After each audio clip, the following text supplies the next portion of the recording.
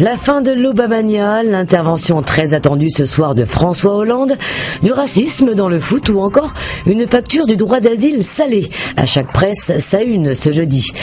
L'Amérique tourne la page des années Obama, titre Le Monde. Le président démocrate qui vient de perdre la majorité au Sénat doit donc désormais cohabiter avec le parti républicain. Et le monde entier le sait, entre Obama et les républicains, it's complicated. Un adversaire avec qui il a promis de travailler avec eux pour faire avancer le pays comme en 2010 et en 2012 en somme. Reste à voir si les résultats seront différents après 6 ans d'un conflit permanent. Obama, la magie envolée, estime Métro, qui décrypte ce revers électoral et ses conséquences dans ses colonnes ce matin.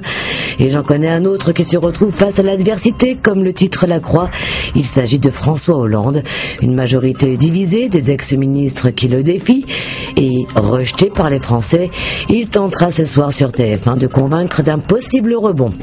Mais c'est presque peine perdue et surtout c'est un système à bout de souffle, titre 20 minutes.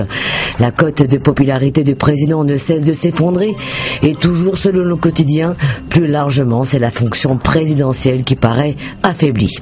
En conclusion et pour en terminer avec le chapitre Hollande, l'humanité demande simplement, comme une supplique ce matin, si on peut arrêter le désastre avant la fin du quinquennat. Le montant de la facture liée au droit d'asile explose, croit savoir le Figaro, qui s'appuie sur un rapport du député UMP Éric Ciotti. Mais la bonne nouvelle, c'est que l'écart se réduirait entre la France et l'Allemagne concernant le coût du travail. Se réjouit Les Échos qui précise que Paris va regagner du terrain grâce aux baisses de charges. Ce sont les confessions d'un tueur à gages qui intéressent aujourd'hui en France. Un document terrifiant, les aveux détaillés et morbides d'un professionnel du meurtre à la solde des mafias canadiennes.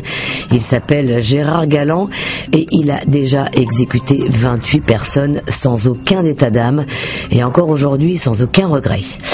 Libération arrive sur un terrain où on ne l'attendait pas, le foot. Et il prévient, le foot n'est pas raciste, mais...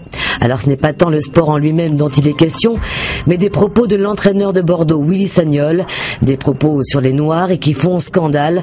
Ce qui révolte le quotidien, et pas seulement le quotidien, c'est que Sagnol est plutôt soutenu par les instances sportives. Mais qu'à cela ne tienne, les inconditionnels continueront de suivre le ballon, et rien que le ballon, à l'image des 40 000 supporters stéphanois attendus ce soir à Geoffroy-Guichard pour le match de Ligue d'Europe Saint-Étienne-Inter Milan. Les Verts remontent en scène, affirme l'équipe, et ça risque de bouillonner dans le chaudron. Sur ce, très belle journée et bonne lecture.